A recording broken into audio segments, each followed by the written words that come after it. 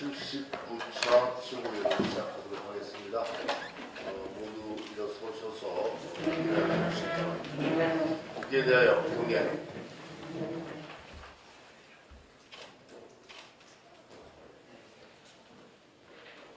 바로 이어 생략하겠습니다. 참석해 주시기 바랍니다. 정동영 당 대표님의 모두 발언으로 시작하도록 하겠습니다.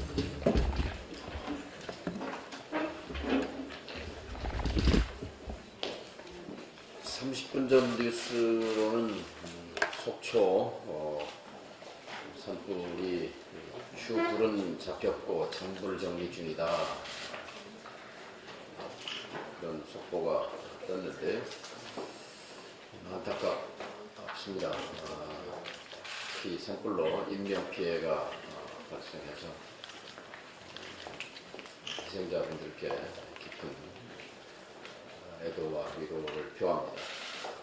심정으로는 이 회의 대신 당장이라도 달려가고 싶은 생각입니다만 현장에 가서 도움이 오늘은 되지 않을 것 같아서 좀 상의를 해서 언제쯤 현장에 가볼지 서로 논의를 해서 정하도록 하겠습니다. 엊그제 4.3 보궐선거는 전국에서 5군데, 국회의원 선거 2군데, 기초의원 선거 3군데, 민심에 강력한 경고가 있었다고 봅니다. 분명합니다. 불과 10개월 전의 민심과 비교하면 천지 차이입니다. 10개월 전 묻지마 지지, 묻지마 투표. 사실 막대기만 꼽아놔도 다 당선되던 그런 분위기의 정부 여당과 이번에 민심은 강한 불만과 비판을 함께 쏟아냈다고 봅니다. 사실 전패한 것입니다. 국회의원 선거고 장관선거도 사실 질 것 같으니까 후보 못 낸 여당입니다. 단일화했지만 여당이, 민주당이 현장에 나타나면 나타날수록 지지는 더 떨어졌다는 것이 현장에서 들려온 소리입니다. 그만큼 지금 민심이 편치 않다는 얘기입니다. 장사 안 되지요. 최저임금 때문에 사람도 못 쓰지요. 또 막상 일자리도 줄어들었지요. 아들, 딸 취직가 안 되지요. 아프나 모르지요. 중장년층, 청년층 모두가 다 이 답답한 현실에 대해서 그래도 촛불로 만든 정권이니까 다르지 않겠느냐는 기대가 현실에서 차디찬 배반으로 돌아왔다고 생각합니다. 개혁을 벌인 정권 결코 성공할 수 없습니다. 1700만의 촛불이 한결같이 외친 재벌개혁, 검찰개혁. 검찰개혁 털끝 하나 건드렸습니까? 검찰은 지금 권력에 잘 드는 칼이지 않습니까? 재벌개혁, 말로만 공정거래법 개정, 상법 개정, 무슨 법을 어디 국회에서 통과시키게 하고 있습니까? 김대중 정부, 노무현 정부, 문재인 정부, 민주정부 3대 정부 가운데 집권 3년 차에 제도개혁 단 한 건도 못한 정부는 이 정부입니다.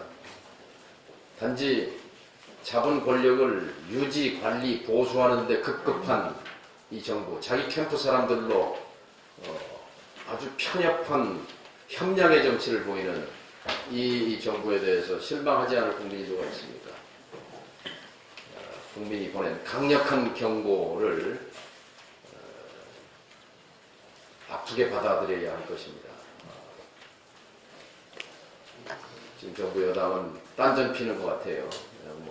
시간이 가면 지내가보니 결코 국민들은 지금도 그 결과에 대해서 정부 여당의 반응을 날카롭게 지켜보고 있을 것입니다.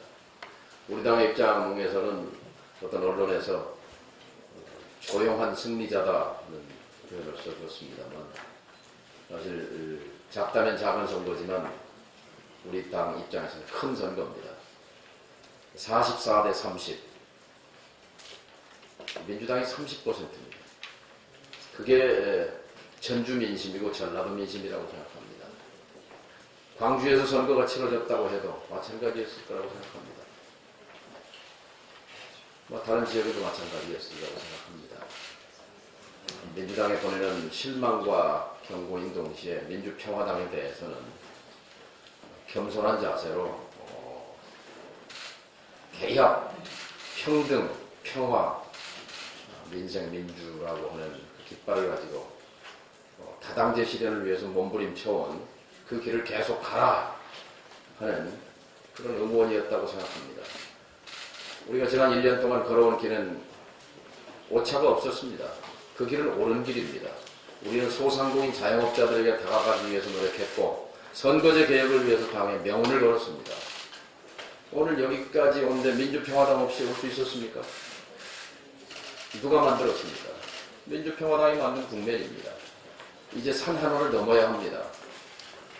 이 정부 여당을 압박해서 공수처 문제 양보하도록 하고 바른미래당 견인해서 신속 처리 절차에 태우고 그리고 자유한국당 협상장에 끌어들여서 선거제 개혁 이끌어내야 합니다. 선거제 개혁은 국회의원들을 위한 것이 아니라 선거제 개혁은 국민들을 위한 것, 국민들의 삶을 위한 것입니다. 다시 한번 4.3 보궐선거를 되돌아보면서 우리가 가고 있는 길, 개혁의 길, 재벌개혁, 검찰개혁, 선거개혁, 부동산개혁, 교육개혁, 민생개혁 이 개혁 노선은 호남이 우리를 지지해야 할, 수도권이 우리를 지지해야 할, 영남이 우리를 지지해야 할 근거요 이유입니다. 우리가 개혁을 포기하고 지금 민주당처럼 구태로 돌아간다면 그리고 기득권 세력으로 돌아간다면 우리는 기득권이랄 것도 없는 정당입니다만 우리를 지지할 이유도 사라지고 맙니다. 민주당도 본래는 개혁을 표방했습니다. 그런데 정권 잡고 나서 완전히 고무신 거꾸로 신었습니다. 대표적인 게 선거제 개혁이고 검찰 개혁이고 재벌 개혁이고 교육 개혁이고 그렇지 않습니까?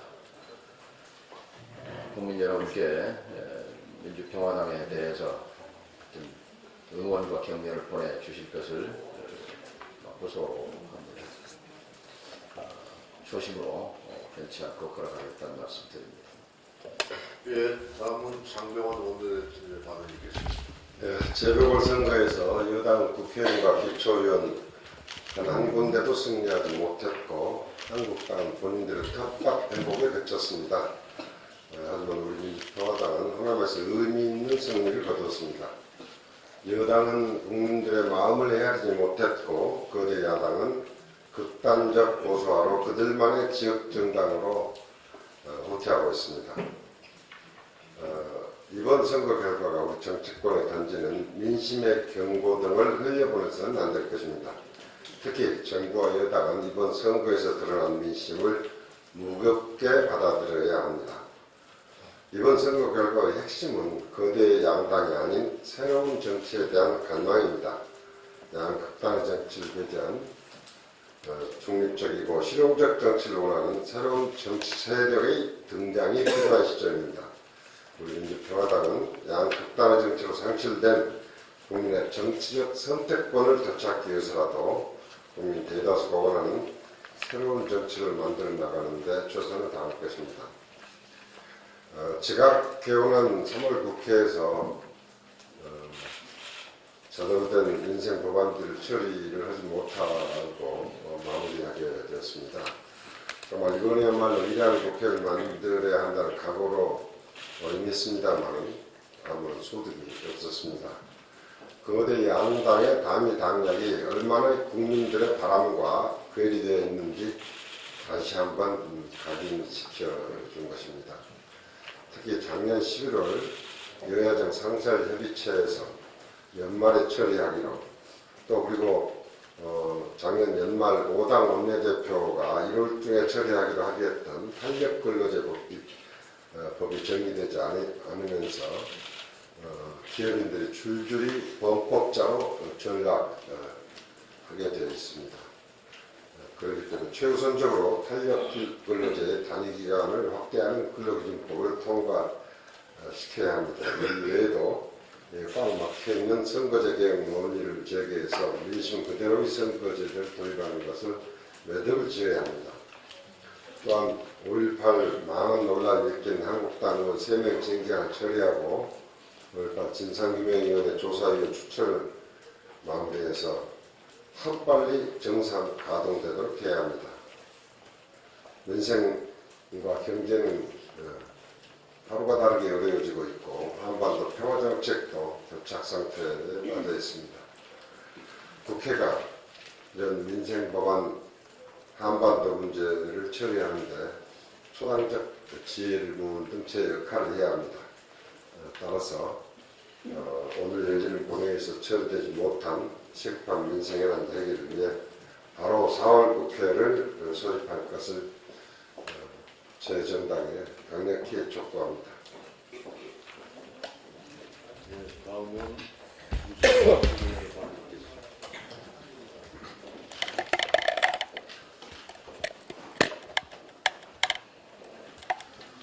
예, 그제 선거 결과를 보면은 이제 원점으로 돌아가고 있구나라는 것을 확인할 수 있었습니다. 다행스럽게 전주에서 전주시의원 보궐선거에서 우리 민주평화당이 값진 승리를 해서 희망을 우리가 가질 수 있게 된 것은 참 기쁜 일이다 이렇게 생각을 하고 먼저 그 주명철 전주시의원 후보 이제 후보가 아닙니다. 의원 이제 신분을 가졌죠. 축하의 말씀을 보내고 또 주명철 시의원의 당선을 위해서 애써주신 모든 분들 노고에 대해서 감사의 말씀을 드립니다. 작년 지방선거에 비해서는 더불어민주당의 참패입니다. 또 3년 전 국회의원 총선에 비하면은 다시 1대1로 원점으로 돌아간 것이다. 저는 그렇게 평가를 합니다. 특히 저번에 문재인 대통령의 그 지지율도 모 여론조사 결과를 보면은 43% 지지율을 보여서 대선 당시 득표율 41%에 근접해 가고 있는 것으로 보입니다. 그래서 제가 이번 선거 결과를 보면 원점으로 되돌아가고 있지 않은가 하는 생각을 갖습니다. 그러나 문제는 여기에서 멈추지 않을 것 같다는 겁니다. 저는 문재인 대통령 지지율도 또 더불어민주당에 대한 지지율도 현재의 상태를 유지하는 한 더욱 떨어지지 않을까 우려하지 않을 수가 없습니다. 여기서 우려라는 것은 제가 더불어민주당 문재인 대통령을 우려할 필요는 없는 사람입니다. 그런 결과가 자유한국당으로 넘어가지 않을까 하는 그런 점을 깊이 우려하는 겁니다. 자유한국당은 이명박 박근혜 정부를 이어받는 그런 세력들입니다. 이명박 박근혜 정부는 그동안 국정을 농단하고 적폐를 쌓아오고 남북관계를 파탄내고 경제까지 망친 정부가 이명박 박근혜 정부인 것입니다. 그래서 다음 총선에서 또 이 다음 대선에서 자유한국당에게 권력이 넘어가는 것은 역사의 반동이고 역사의 후퇴가 된다는 점을 저는 우려하지 않을 수가 없는 것입니다. 이런 상황에서 그러한 역사의 반동, 역사의 후퇴가 일어나지 않도록 많은 그 세심한 그런 주의와 노력이 필요한 시점이다. 특히 제3의 세력들이 제대로 정비하고 뭉쳐서 그런 역사의 반동 후퇴를 막을 수 있는 그런 기틀을 만들어갈 필요가 커져 있다 이렇게 말씀을 드립니다. 국가 부채가 눈덩이처럼 불어나고 있습니다. 정부가 지난 2일 심의 의결한 2018 회계연도 국가결산 내용에 따르면 지난해 국가 부채는 1,700억 원에 육박하면서 1년 만에 127조 원이 늘어난 사상 최대치를 기록했습니다. 중앙정부와 지방정부가 꼭 갚아야 할 국가 채무는 지난해 680조 7천억 원으로 전년보다 20조 5천억 원이 늘어났습니다. 이는 국민 1인당 1,319만 원 꼴입니다. 국가부채 증가의 주범은 공무원, 군인에게 지급한 연금 충당 부채였습니다. 지난해 연금 비용 증가 규모는 94조 원으로 관련 통계가 작성된 2013년 이래 가장 많았습니다. 문재인 정부의 첫 가계부가 낙제점을 받은 것은 씀씀이가 워낙 컸기 때문입니다. 특히 일자리를 늘린다며 공무원 증원에 열을 올려 연금 충당 부채 증가분이 전체 부채의 56%에 달한다는 사실에는 말문이 꽉 막힙니다. 연금 충당 부채는 당장은 장부상의 부채지만 결국에는 미래 세대의 부담을 떠넘기는 것입니다. 게다가 재정 지출을 뒷받침하기 위한 부채 발행도 21조 7천억 원이 증가했습니다. 이 정부 들어 대선 공약이라며 공무원을 앞다퉈 늘리면서 철밥통을 만든 게 국가재정 악화라는 부메랑으로 돌아온 셈입니다. 그런데도 정부 여당은 또다시 이 정부 들어 세 번째 추가 경정 예산을 편성하겠답니다. 내년도 예산도 500조 원 규모의 초 슈퍼 예산 기조를 유지하겠다는 뜻을 굽히지 않고 있습니다. 나라복강이 비는 줄도 모르고 계속해서 재정을 쓰겠다는 것입니다. 열이 오른다고 해열제만 계속 먹이는 꼴입니다. 열이 오르면 왜 열이 오르는지 그 원인을 찾아서 제대로 몸을 치료하고 낫게 해야지 계속 해열제만 먹이면 그 결과가 어떻게 되리라는 것은 뻔한 이치라고 생각합니다. 지금이라도 경기 부진의 제대로 된 원인을 찾아서 그 원인에 처방한 적실한 경제정책으로 경제를 살리는 데 매진해 줄 것을 다시 한번 거듭해서 촉구합니다. 문재인 정부는 그도 모자라서 집권 첫 해 일자리 추격이라며 공무원 1만 2천 명을 뽑은 데 이어 2020년까지 17만 4천 명을 늘리는 방안도 계속 밀어붙이고 있습니다. 이들 증원 공무원에게 투입될 인건비와 연금만도 374조 원에 달한다니 앞으로 공무원 연금에 쏟아부을 혈세가 도대체 얼마가 될지 가늠하기조차 어려울 정도입니다. 저출산 시대를 맞아 세수 여건이 나쁜 터에 이렇게 재정 중독증에서 벗어나지 못하고 퍼주기만 한다면 나라 빚도 통제불능 상태로 치달을 것입니다. 지금껏 공무원 직원 등 공공부문 인력정책을 단순 실업대책으로 활용하는 것은 매우 잘못된 일임을 누차 강조해 왔습니다. 결국 고용 참사에 대한 처방전도 없이 혈세를 퍼부으며 오히려 일자리 왜곡 현상을 빚어내고 있습니다. 문재인 정부는 마이동풍, 마이웨이식 경제정책을 더 이상 고집해서는 안 줄 것입니다. 지금처럼 방만한 재정 운영을 계속한다면 그리스 짝이 나지 않으라 겁도 없습니다. 이러한 국가적 재앙을 피하려면 보다 엄격한 재정관리가 중요한 때입니다.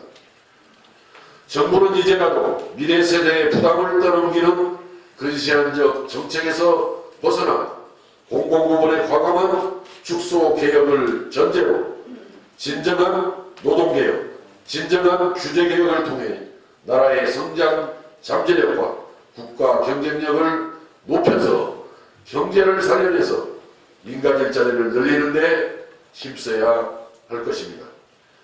더 늦기 전에 국가 부채를 줄여나가는 최선의 대책 마련을 거듭해서 강력하게 촉구합니다.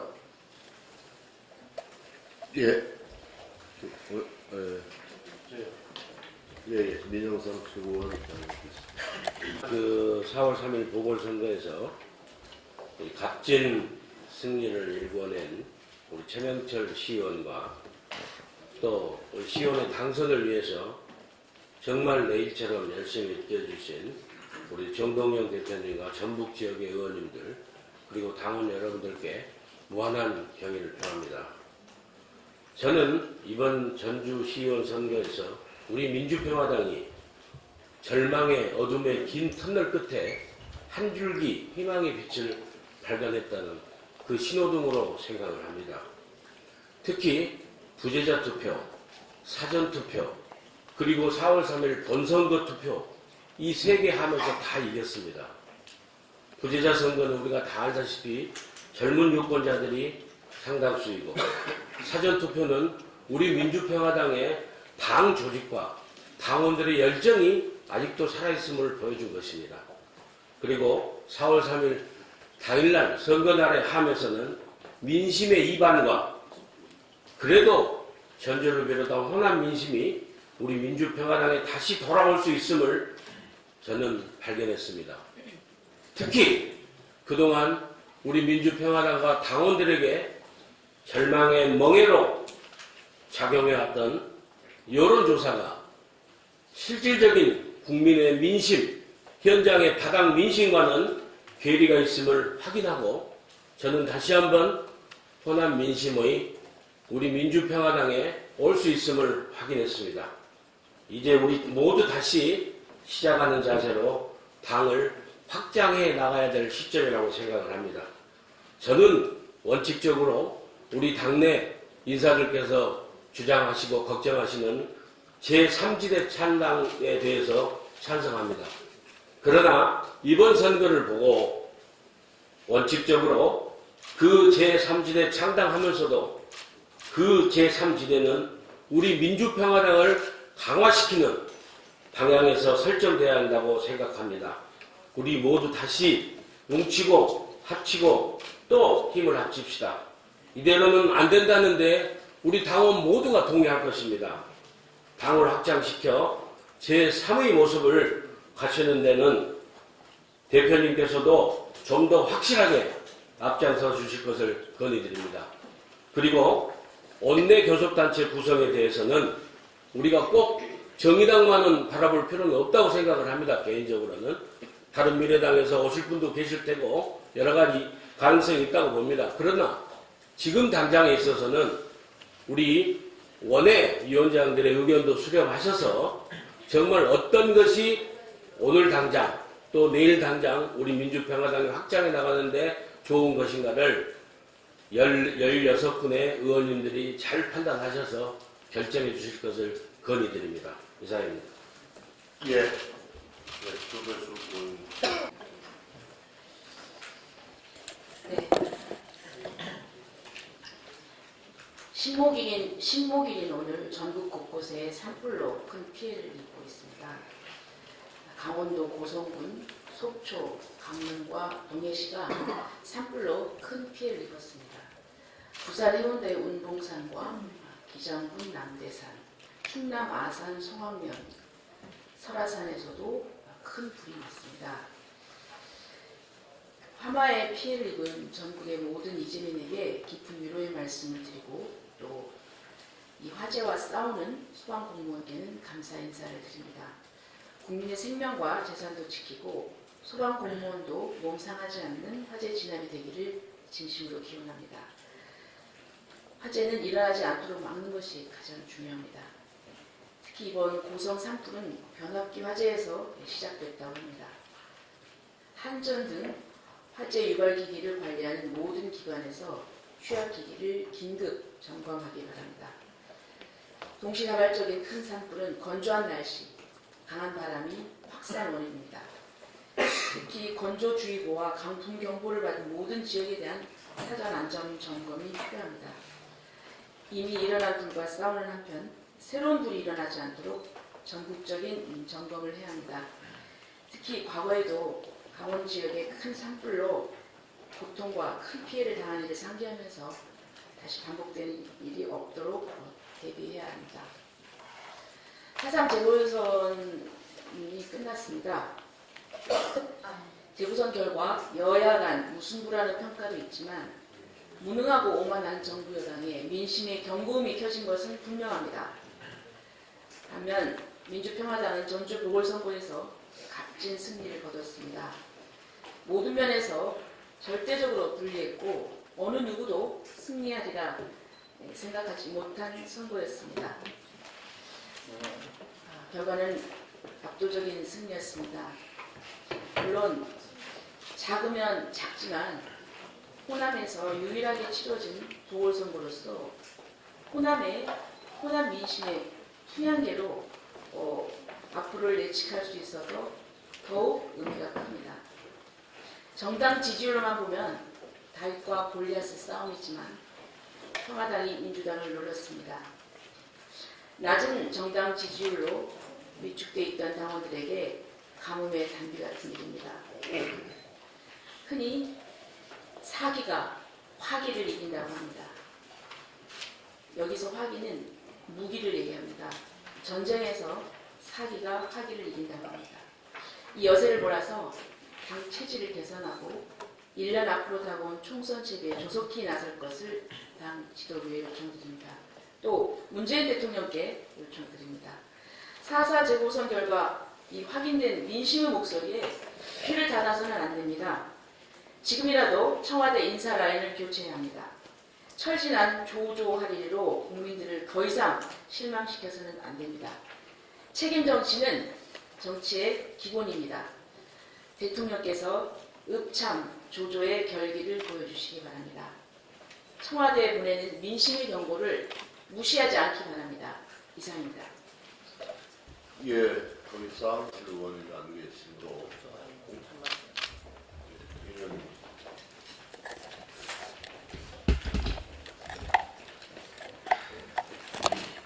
정부가 어제 그제지요. 그제 예비 타당성 조사 개편 방안을 발표를 했습니다. 예비 타당성 조사는 정책성, 경제성, 정책성, 균형 발전 요소 세 가지를 순차적으로 낮아지게 이렇게 지금 현행 제도는 되어 있는데요. 이거를 이제 수도권과 비수도권을 구분해서 규정을 하고 있습니다. 제가 두 가지만 지적을 합니다. 첫째, 비수도권이라고 되어 있는 곳에 경제성, 정책성, 지역균형 발전 요소의 비중이요. 경제성은 5% 낮추고 지역균형 발전 요소를 5%를 올리는 걸로 그렇게 설계가 되어 있거든요. 그런데 그런 정도로는 정책 효과를 낼 수 없다. 그래서 적어도 지역균형 발전 요소의 비중을 현행의 제도상에서 10%포인트 이상 올릴 걸 강력히 촉구를 합니다. 두 번째, 현재의 이 개편 방안을 보면, 이번에 발표된 개편 방안을 보면 수도권엔 지역균형 발전 요소를 삭제를 했고 경제성 비중을 더 높였거든요. 그렇게 되면 국가 전체적으로 볼 때 정부 사업의 수도권 집중 현상, 그렇지 않아도 수도권 이 집중 현상을 방지하고 막아야 된다고 하는 국가적인 소명을 거스르는 그런 거가 된다 하는 말씀을 드리고요. 그래서 이 낙후 지역을 배려하는 차원에서 당연히 지역균형 발전 요소의 비중을 10% 이상 높일 것, 그리고 수도권 집중화를 지극히 경계를 할 것, 이러한 부분에 대해서 정부에 강력히 촉구를 합니다. 이상입니다. 예, 이상으로 공개회의는 마치도록 하겠습니다. 협조 부탁드리겠습니다. 바로 저희가 이어지기 때문에 오늘 의견 한 건 하나만 처리하고